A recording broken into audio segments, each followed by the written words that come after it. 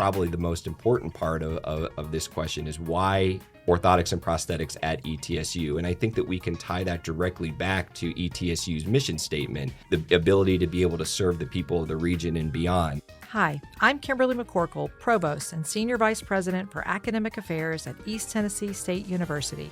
From the moment I arrived on this campus, I have been inspired by our faculty, their passion for what they do, their belief in the power of higher education, and the way they are transforming the lives of their students. This podcast is dedicated to them, our incredible faculty at ETSU. Hear their stories as they tell us why I teach. In this episode, we will talk with Dr. Kyle Leister. Dr. Leister serves as Assistant Professor and Program Director of the Orthotics and Prosthetics Master's Program at East Tennessee State University.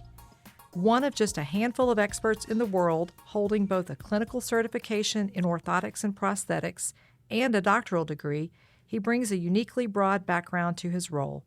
Originally from Pittsburgh, his academic and professional journey has taken him from serving the Pittsburgh Penguins as an athletic trainer to working on the medical team on Paramount Pictures' lot to earning degrees from Northwestern University, University of Houston, and finally a PhD from Syracuse University. Since joining ETSU in 2023, Dr. Leister has spearheaded the launch of the university's MS in Orthotics and Prosthetics, the first such program in Tennessee and only the 14th nationwide. Under his leadership, the Carl Fillauer Learning Center opened in June 2024, outfitted with leading-edge fabrication labs and collaborative clinical facilities at the Quillen VA campus. Enjoy the show. Dr. Leister, welcome to the show. I start my podcast with the same question for every guest. Take me back to your first day of teaching at ETSU as a faculty member.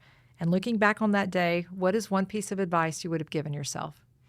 So first of all, thank you for having me and allowing me to be a part of this. I listen to a lot of podcasts. This is actually the first time I've ever been a part of one. So thank you very much for that.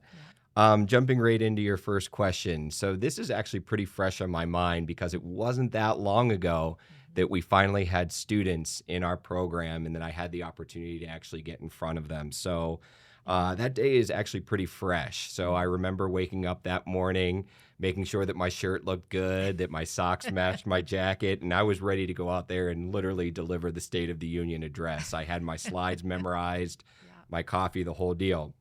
So I went in and I was really focused on the time of making sure that I was nailing all my slides. I was providing all the information that the students would need. But in retrospect, I may have been forgetting about that collaborative nature, that connection that I needed to be building with the students, especially as a new program in their first time going, a lot of them going from undergrad into the master's level of learning. So while it was a valuable experience, and I think that I hopefully did a good job despite, probably sweating through my shirt there at 9 o'clock in the morning, the valuable lesson that I learned from that was that it's more about the collaboration and the connection that you're building with those students rather than the information and the depth of that information that you're trying to provide right off the bat. That will certainly come, but being able to establish that initial connection is something that if I could rewind the hands of time, I would have told myself, try to be a little bit more focused on that than some esoteric statistic that, a student may never remember whenever they go into clinical practice. So that was probably the biggest lesson that I learned and something that I wish that I could inform myself if I could rewind the hands of time. Oh, that's great. Excellent insights. Yeah, thank you. You've had such a fascinating journey from working with the Pittsburgh Penguins to movie sets in Hollywood. What led you from athletic training to orthotics and prosthetics? Yes. So I'm sure our listeners out there that just heard you read that description are wondering what the connections are. Yes. And it certainly is a nonlinear road that I've taken to get where I am right now. But there are some central driving factors that have been present in all of my educational experiences and my clinical experiences along the way. So starting out first with my experience with the Pittsburgh Penguins, I graduated from Duquesne University in 2009 with an undergraduate degree in athletic training, as you mentioned, and I was fortunate enough that my first job right out of undergrad was with the Pittsburgh Penguins. Wow. So I'm not sure how many hockey fans we have here in this part of Tennessee, but in Pittsburgh, hockey is huge. I grew up being a huge hockey fan, playing hockey and enjoying everything about the sport. So to be able to land a job with a professional hockey team was a big deal. Yeah. That was made even sweeter by the fact that we ended up winning the Stanley Cup in the 2008-2009 season, and it was Sidney Crosby's first Stanley Cup victory. So those of you who don't know Sidney, he's widely regarded as one of the best hockey players of all time. So to be a part of that and seeing the determination and the grit and the collaboration between the players was wonderful. It was truly inspiring. During that time, the theme that kind of became apparent to me was that no matter who you are, whether you're performing at the highest possible level of these professional athletes were, or an individual who may have a sprained knee or something like that in your everyday daily life, there's this common link that if something is wrong, it's disrupting your ability to perform. We want to do everything that we can to get back to that baseline, back to that homeostasis. So after wrapping up my time with the Penguins, I moved out west and was performing a similar role on Paramount Pictures lot. So I was working with a lot of the talent and the executives on that lot in a medical capacity. They had everything that you could imagine on that lot. Again, the theme remained the same, that any sort of disruption to our everyday lives in terms of injury, illness, or disability, that becomes paramount. So that fact became really, really interesting to me and something that I wanted to dive into deeper and explore at a deeper level. And that's where the human connection of orthotics and prosthetics came in around that same time, is being able to work with these individuals that are performing at the most highest level. What happens whenever you have somebody that's got a profound disability and needs to get back to their baseline? So it's that human factor that really drew me into orthotics and prosthetics initially. And then once I got into the field, I realized that there's this whole other realm to it. It's the fabrication, it's the material science, it's the physics behind these devices work that really kept me in the field of orthotics and prosthetics. So I think that was kind of a roundabout way of answering your question, but I hope I touched all of those points that you were looking to have addressed. Absolutely. And what fascinating experiences to have just out of undergrad. Right? Absolutely. Orthotics and prosthetics is such a specialized field. For those who aren't familiar, can you explain what these professionals do and why their work is so important? Yeah, absolutely. And I think the best way to sort of start out this discussion is providing some sort of an operational definition for what is an orthosis versus what is a prosthesis, and that'll sort of set the stage. So in the practice of orthotics, we're really designing devices, whether they're custom or off the shelf or custom fit to the patient, that are really designed in order to supplement a weakened or injured or a deformed body segment. So the key word is that the body segment is still there. That differs from prosthetics, where we're trying to craft a custom device in order to replace a missing or a deficient limb. So that's the big distinguishing factor. We use similar biomechanical principles to guide our decisions both in orthotics and prosthetics, but really the difference lies in, is the limb there and just deformed or weakened or needing some sort of support? Then we think orthotics. Or is the limb absent? Do we need to replace that limb or supplement that limb? Then we think about prosthetics. So the reason why I feel this work is so important is because as orthotist prosthetists, we are very often faced with a patient that has just gone through one of the most traumatic things that a human could ever encounter, whether it's a mother and a father that just gave birth to a child that has cerebral palsy and needs an orthosis in order to be able to learn how to walk properly and remain mobile, or a patient that just lost their limb, whether it was through trauma or some sort of a surgical procedure. We're being tasked with being able to manage that patient as well as their caregivers through this incredibly difficult time through an intervention that we're directly applying to them. Another thing that I think that's interesting and important about what we do is that orthotics and prosthetics is a field that we get instant gratification for the devices that we provide. we can immediately see the tangible, the measurable outcomes that we're able to provide our patients, whether it's a patient coming in a wheelchair and then being able to get up and walk out of that clinic because of a prosthesis that we've been able to provide them, or a patient with a spinal cord that just wants to be able to stand up and do the dishes by themselves. We can design and fabricate devices that are able to facilitate that for the individuals, and that's instant gratification whenever we see that it works properly. Thank you for that. So we recently received the excellent news that ETSU's Orthotics and Prosthetics program received full accreditation by the Commission on Accreditation of Allied Health Education Programs. Congratulations. Our program is the first of its kind in Tennessee. What inspired the creation of this program, and why now? Yeah, absolutely. That's a great question. And first and foremost, I mean, getting the initial accreditation was certainly a labor of love. Going into it, just to provide a background of how the accreditation process works in O&P, students who graduate from either an MPO, a Master's of Prosthetics or Orthotics, or an MSOP, Master's of Science in Orthotics and Prosthetics, must graduate from an accredited program. Right. So that means that if we don't have that accreditation and we make it through the 2 years of the program and the students matriculate and go off to do their residencies, they're not eligible to sit for their boards.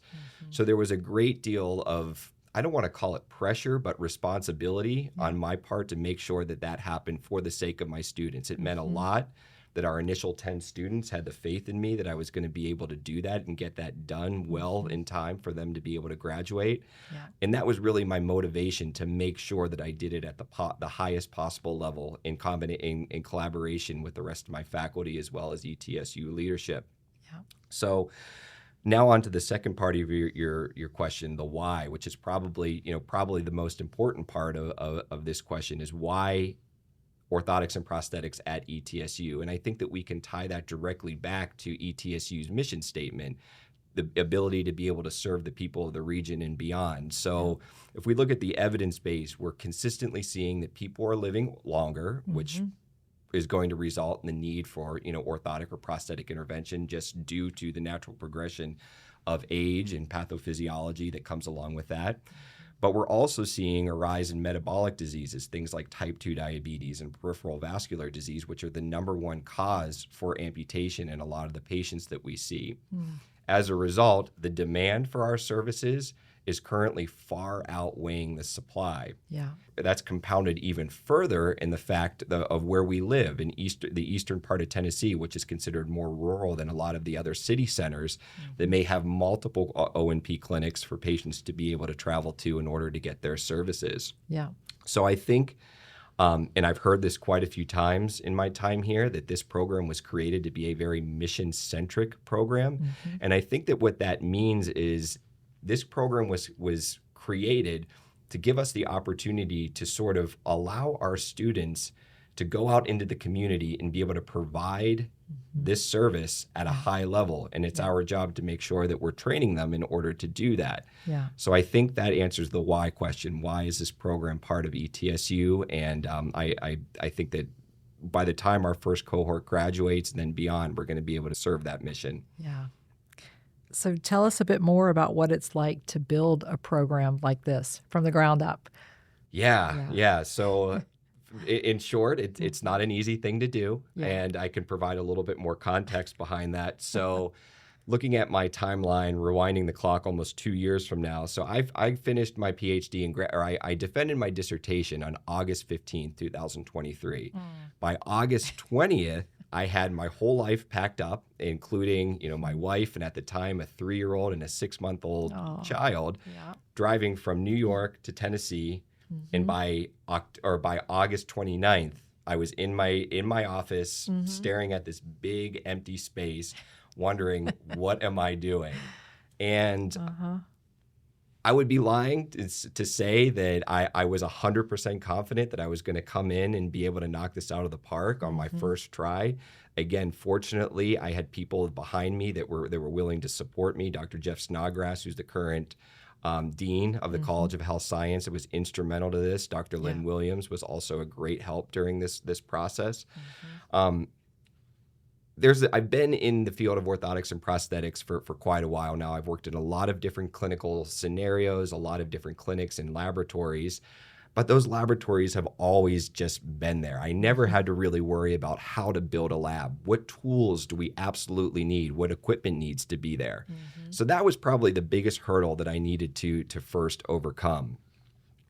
Based on that, one of the things that I learned during my PhD training and my time in clinic was, by definition, the PhD teaches you how to think. And when you realize that you don't know an answer to, it also teaches you how to go find those answers and be able to apply what's already been done to your scenario or your situation. So while I didn't know exactly what I was going to do right off the bat, I had the skills necessary and the resources necessary to build what we have right now. Yeah. And I'm very, very grateful for all the support that we've had all the way from the top at ETSU in order to build and establish the program here at East Tennessee State University. Well, it's amazing to think that what you've done in under 2 years. Yeah, that's congratulations again. It is pretty wild to think about that in retrospect. Going from, again, walking in with very little established with the curriculum, the students, the faculty, the lab space, to go from that to now having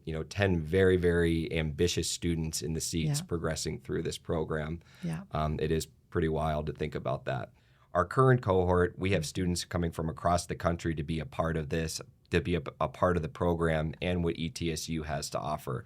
It all started with an interview for most of the students, and I think after that initial interview, they were all sold on the ETSU community as well as our program. So you also have the opportunity to be housed on the VA campus. Can you tell us a bit about how that location may assist in program development? Yeah, the VA, we look at that as being a very, very valuable asset to us and our program. So the VA, not just in a clinical standpoint, has a lot of great opportunities from a research perspective. So being able to collaborate with them in terms of patient care and research is an avenue that we definitely look to explore, and very fertile ground for us. I mean, we could be in the physical therapy and the rehabilitation space within the VA in under a 10-minute walk. So, we really are looking to build upon that relationship. ETSU's O&P program also shares a building with our occupational therapy and physical therapy programs, creating a space that's ideally suited for interprofessional education. How will ETSU's approach to interprofessional education benefit our O&P students? So that's a great question. And in my time in this role, I've already given quite a few tours to prospective students, parents, people that are interested to see what we're doing in our building and in our department. And one of the ways that I always start off my tours is right there in the lobby, where we've got the O&P Center to my right, and the OTD, the Occupational Therapy Program, on my left, and the PT program running directly above us. And that's where I always start my conversation, letting people know how unique and advantageous this is to have all three programs under one roof in such close proximity. Going back to my experience as a clinician, I worked in the clinic for about 8 years before entering academia, and it was almost a daily basis that I was working with an occupational therapist or a physical therapist.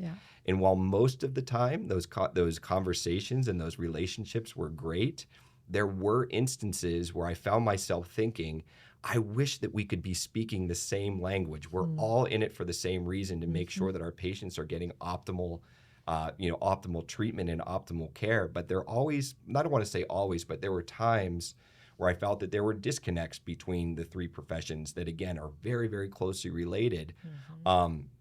I see this as an opportunity now to narrow that gap, to make sure right off the bat that our students are working with the physical therapist, are working with the occupational therapist, so that when they go out into clinical practice, we are all speaking the same language. So not only does it align with this idea of multidisciplinary care and interprofessional education, but it's going to certainly translate to whenever our students go out into clinical practice, as well as the students in these other programs go out into clinical practice. With all the technological advances like 3D printing and AI, how is the field of orthotics and prosthetics evolving? So I think the short answer to that question is it's evolving very rapidly, and a lot of the ways that it's evolving, we're well set up to be able to expose our students to this new technology. The first thing that you mentioned was 3D printing. Mm-hmm. So our laboratory space, whenever we were designing the initial layout, we wanted to make sure that we had an ample room and ample space for additive manufacturing or scanning, 3D printing, and then manufacturing a device that can be provided to a patient in an educational standpoint. Mm-hmm. So 3D printing, while it's not necessarily a novel technology, mm-hmm. the things that have been coming a long way are the materials. Right. So I remember earlier on in my career when 3D printing was really starting to take off, mm-hmm. a lot of the applications were mainly reserved for our upper extremity individuals, specifically because we didn't have materials that were robust enough to allow a patient to consistently weight bear through. Mm-hmm. So for the upper extremity application, we don't necessarily have to worry about those materials failing and resulting in an injury or a fall. Okay. Well, that's all changed. Mm-hmm. We now have materials that are certainly robust enough to allow for a patient to be able to utilize as a definitive prosthesis. The sort of evolution that we're seeing now with 3D printing is that we're in a position now that our materials are commensurate with a lot of different amputee activity levels. Mm-hmm. So that gives us the opportunity to be able to get in there, take a digital impression of the patient's residual limb or body segment, and then be able to print a socket and kind of cut out a lot of the extra fabrication time that typically takes is more of a laborious task that results in a lot of waste, a lot of things that can really, slow the process. So we're seeing a trend now that additive manufacturing is becoming a lot more prevalent in the field of orthotics and prosthetics. And interestingly enough, I was recently at a conference in Stockholm, a global orthotics and prosthetics conference, and I was sitting in a keynote, one of the keynote lectures, which focused on osseointegration, which is another technique that, while it's been, I don't want to say commonplace, but it's been more common in European countries and places like Australia, it's starting to show a lot more in the United States as well. So in osseointegration, I'll back up one more time. The bane of every prosthetist's existence is getting that comfortable socket fit. The socket is the connection between the patient mm-hmm. and the machine. Yeah. It doesn't matter if we have, the most state-of-the-art technology that the patient is walking on in terms of a microprocessor knee unit or a microprocessor foot unit. If we don't get that socket interface done at a high level and comfortable, that's just going to be a very, very expensive paperweight for the patient. So osseointegration is a technique where an insert or an implant is actually placed inside the long bone of the residual limb. Mm-hmm. So say if a patient has an amputation above the knee, that insert would go into the thigh bone or the femur bone, mm-hmm. exit the residual limb, and allows an amputee then to be able to attach distal componentry right onto that insert or mm-hmm. or that implant that's exiting their skin. This completely foregoes the need for that socket. Now, there's still a great use for the prosthetist in order to be able to manage that type of patient from an alignment and a biomechanical standpoint. Mm-hmm. But this is technology that, while maybe more prevalent in other parts of the world, is definitely making a presence here in the United States more common and something that our students need to know about. That's great. What about AI? AI. Yeah. So AI definitely plays a role in orthotics and prosthetics too. And the way that I look at AI is that I want it to be our friend rather than our foe.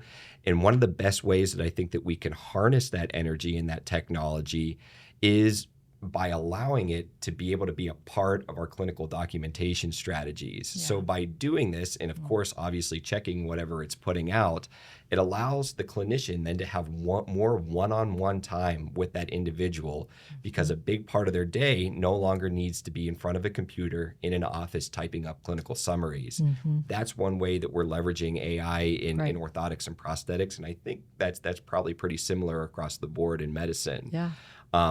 Specifically for the opportunity to be able to decrease on the computer work and being in front of a computer and more time in front of the patient due to the tools that AI is able to provide us. For students or listeners interested in health sciences, what advice would you give them about finding a meaningful path in a specialized field like yours? So I think the best way would be for the students to ask their own questions. Obviously, what we do is not as apparent as what a physical therapist or an occupational therapist would do. We're not as widespread out there. I think in the entire field, we maybe have 3,000 practicing clinicians in the United States. Wow. So as a result, students that may be aware of this field need to do a lot of their own research to determine if this is the path that they want to go through. Another way that I would recommend is reaching out to your local clinician, seeing if you can get into the clinical practice and do some shadowing hours. You don't know until you're actually in there what the day in the life of the orthotist prosthetist looks like. One of the things that's very unique about our field is that not only are we working with amputees or individuals with limb loss or limb difference, we're also working with a myriad of individuals with a lot of different pathologies that are treated with orthotics. So being able to decipher the difference between orthotics and prosthetics and asking those questions is probably the best way to start. Yeah.